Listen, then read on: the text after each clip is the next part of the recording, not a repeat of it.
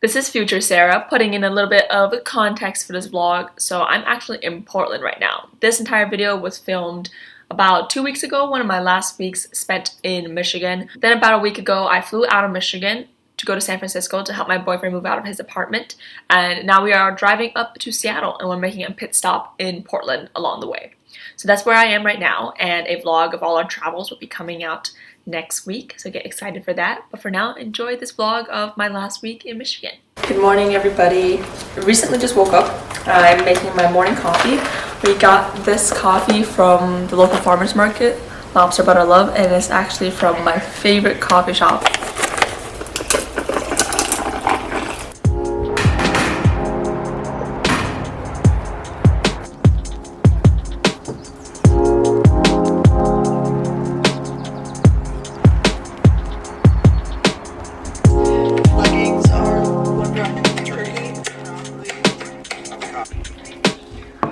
Getting set up for work. One of my favorite rituals that I do before work is I make sure to close my curtains at night, and then I come in, I open them, I let the light in, and that kind of signals that the work day is starting in my office area at least.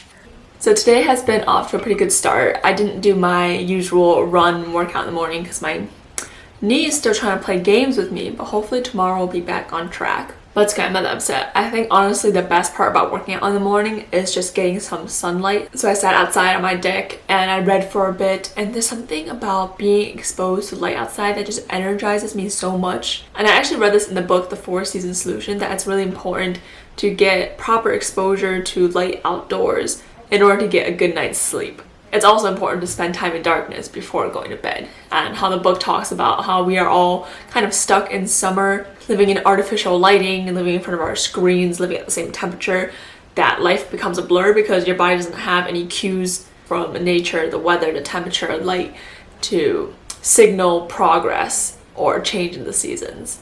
Anyways, I'm gonna start off my day by organizing my to-do list for today. This is my bullet journal that I use, and for people that want to get into bullet journaling but are afraid of their perfectionism, this is the way to go because it's like a A5 binder, and I just buy refillable paper, so you can move paper around, you can take paper out of the binder that you don't like, and there's no worry about messing up.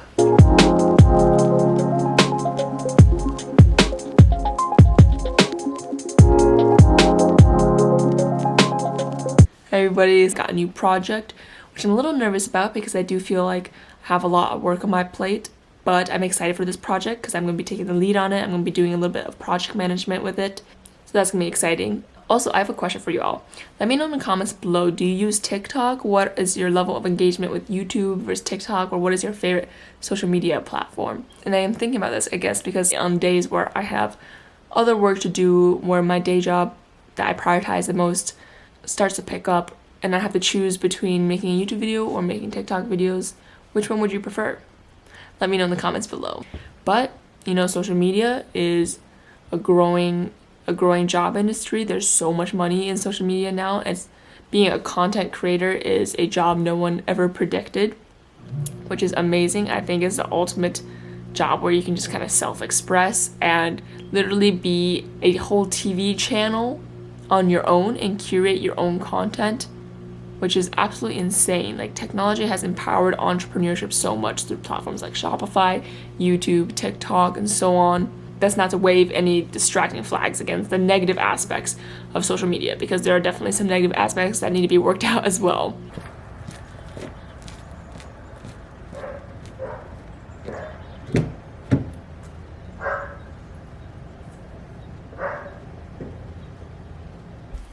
Good morning, everybody. I love mornings. There's so much room for possibility. Also, this car is an insane mess. Hopefully you can't see it in the camera view. Unfortunately, my brother mainly drives this car, so yeah, not a great situation. There's literally a sticky slushy here. Anyways, we are out of ingredients I need to make coffee. So I am going to run to Starbucks and treat myself and get a dirty chai, which is something I used to always get a long time ago. And then I am going to go to a nearby grocery store and pick up the ingredients for coffee for tomorrow. Yeah, fun day. I'm excited for Starbucks. While we're waiting in the drive-thru, so update on life plans. I booked my flights to go back to the West Coast, which I'm going back to California first to meet my boyfriend there, and then we're gonna drive up to Seattle and stay out there for a couple of months because I want to be near my work office in case they need me, since Microsoft is starting to do a soft open, as in some buildings are opening up but they're only allowing you to come in for essential business, so I most likely won't have to go in. But I do have a few pieces of hardware that are shipping there that I might need to pick up in order to review at home. I still need to find housing still because my lease is gonna run up, and I lived in a studio apartment this past year and it was a great location, but it was so overpriced, and also living in a studio apartment in just one room in quarantine sounds not great if I can change that. I have a friend that we're gonna try to room together. We've been looking for housing. Actually, I signed a house with 3 other people at one point, but the whole housing thing fell through. We had to get a lawyer involved and everything, and it was this whole ordeal, but we're good now, so we're starting over, trying to find a place. So that's going on in the background, which housing is always a difficult situation to figure out. Yeah. Oh, thank you. I'm logging on to work now. I did my morning routine. I got back outside. I was running again. It felt so good. My knee was trying to play games with me these past couple of days, so I haven't been able to run, but today I got back out there and it was solid. It was definitely slow, but there's just something that feels so good during the summer about getting a run in and taking a cold shower afterwards. You feel so alive. I start off my day, as always, by bullet journaling, creating my to-do list, making sure everything is organized and that I know what's coming up.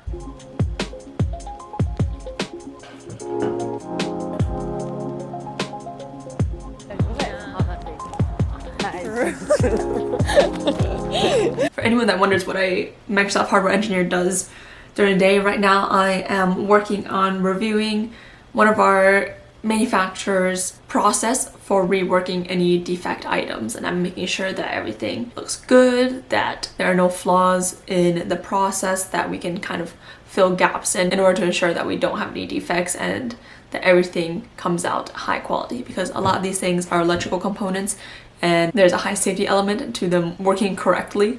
So we want to make sure that the whole entire manufacturing process is foolproof so that we don't get any defect products arriving at the data center.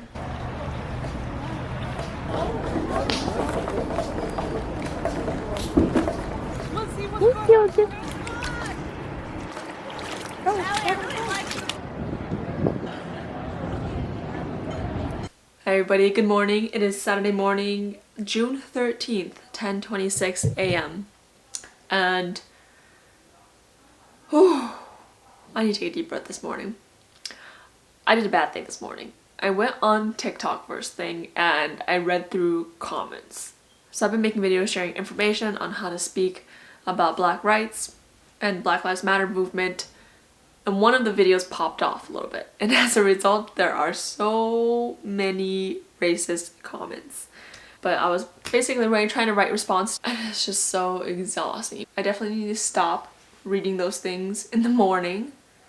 It is just not good for me at all. I think I need to, freshen up, drink my coffee, get the day started, maybe do some yoga, meditate, recenter myself, and reset the day. I think I'm gonna go to the farmer's market potentially, going to another protest later this evening. It's a peaceful protest, and have some work to do.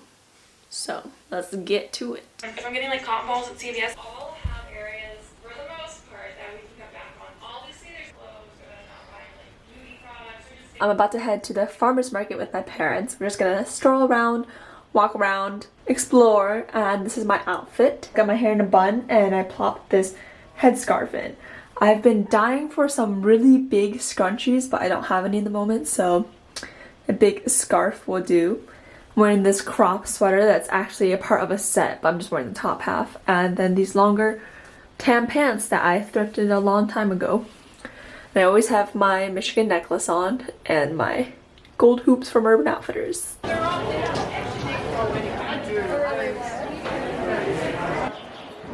Thank you very much. Thank you. Yep. 买一个这个。你挂价钱了？ Yeah.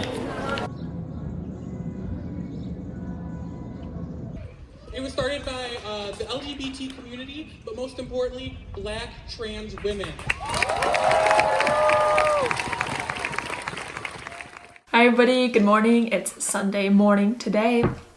And disclaimer that if you've noticed I wear the same sweater in the first clip of every day in this vlog, it's because this is my go-to outfit when I wake up in the morning and change out of my pajamas. Well, actually I sleep in my birthday suit because there's a study done that sleeping naked promotes better body image, so that's what I've been doing. So I know a lot of these clips I've been talking a lot about Black Lives Matter and the social injustice that are going on in the world, and it's just literally what I've been thinking about all the time. As I learn more, I only see more and more injustices happening, and once you see it, you can't unsee it. So anyways, I've been making TikTok videos about how to talk about Black Lives Matter, data and facts to share with people when you are talking about racial inequality, how to have conversation on race, so on. Regardless, one of the videos popped off a bit, one that was defining the difference between racism on an individual level and on a systemic level, and I have seen more racist comments than I have ever seen before, and one of them was just like outright obviously racist that I decided to call it out. I choose to not ignore these comments and to call them out because I think ignoring them would be making these comments okay. Teacher Sarah back and inserting another clip, and I'm still wearing the same sweater, but now being about 3 weeks out of this situation, I have a lot tougher skin into these comments. I think that was the first time I really posted a very controversial video. Well, it shouldn't be controversial, but you know, the country is very divided in their opinions at the moment, and I didn't quite know how to handle it, so I was kind of toying between the side of ignoring the comment and responding to the comment, and also the side of, you know, calling it out entirely, and I explored that venue by responding to one of them with a video. I really don't love cancel culture, and the weirdest thing to think about is as much as I think the other opinion is so wrong, they feel the same about my opinion. Which I don't even think it should be an opinion, it's human rights. You know, if you believe in equality and justice for all, then I think we're on the same page, but unfortunately it's not that simple.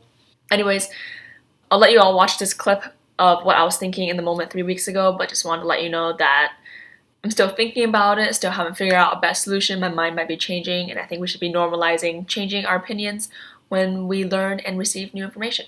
But watch the next clip, let me know what your thoughts are, what you think the best strategy would be, and let me know in the comments below. I think ignoring hate comments does nothing in the movement for preventing cyberbullying, for stopping racist comments in the future. I think we need to call them out and stop them in their tracks. I don't expect to change anyone's opinion with a comment I leave on TikTok in response to their comment, but I speak up, I call these things out, I provide information in the hopes of planting a seed in their mind. I did think about not responding to these comments moving forward, you know, the comments telling me to ignore it, to rise above it. I thought that maybe calling it out was the wrong thing to do, but then I was doing my morning reading of the book So You Want to Talk About Race by Ijeoma Oluo. I think I talk about this book so much in my past vlogs, but it is making the top 5 books I've read in my life. And I'm gonna read this quote that it says here. She's talking about how a lot of people leave her comments, emails, DMs saying that she is the reason for all this bitterness around racial injustices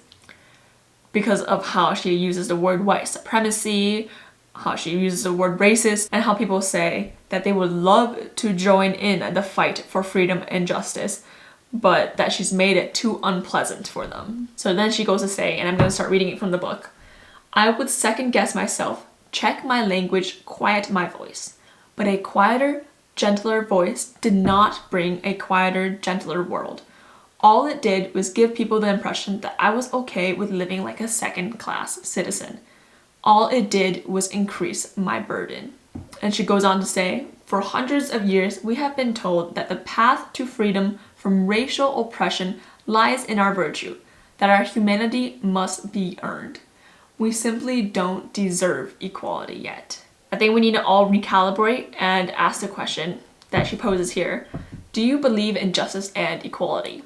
And if you do believe in justice and equality for everyone, whether they say please or not, you believe that everyone should be born with equal rights in the contract that makes up our society, then it doesn't matter what tone they use. Just focus on the movement. Anyways, for the rest of today, I have a 5K plan with my family. It's nothing fancy. We literally just all agreed to run 5K at the same time. It's just something to look forward to. And then I think I'm going to see some of my friends because Michigan has opened social gatherings to less than 10 people. Of course, we're going to maintain social distancing, play it safe, but I'm excited to see them. They're my best friends of all time, my friends from high school that I don't get to see very often since I normally live out of Seattle. And then later in the evening, my family and I are gonna have a barbecue. So lots of things to look forward to. I think that's my tip for people in quarantine that are feeling bored, feeling like there's a lack of things to look forward to, is to spend some time brainstorming, creating these events to look forward to at home. Because that's just the best we can do right now. You've gotta work with your parameters. I'm gonna go get ready for this run. Wish me luck. I feel like my dad's gonna try to race me, and that's not what I'm looking for at the moment. So I will report back on how that goes. Alright, it is about 3:30 p.m. now, and my friends are coming over to my backyard. We're gonna do a little bit of a paint session. Just gonna be fun. I've laid out some towels, which I need to finish setting up. But also, I wanted to update you all that I got these stick-on nails. I think they were called Rebecca Minkoff, and I got them at Walmart. They were really long, so I cut them down, flattened them, made them to a square shape, which I'm not someone who really gets their nails done very often because I just don't have the patience for it and don't value enough to spend the time doing it, but there's something so empowering about having your nails done. Like, it's such a confidence booster. So it feels great to have these done. Unfortunately, this one fell off and I replaced it and it fell off again. For some reason, this fingernail just does not want to be sticky. So if you do get these, I would recommend trying to get some nail glue as well, which is what I'll do next time. But for a quick quarantine manicure, these are pretty cool. Joking, but she was not. How was that hot dog? Yes. Young age, trying to make it big. Now that I'm up, they all on my dick. No contractors, never thrown a brick. Just trying to keep it cool like this ice on my wrist. God-given talent, been feeling blessed. Kept it 100 like an Asian's math test. Balling all day.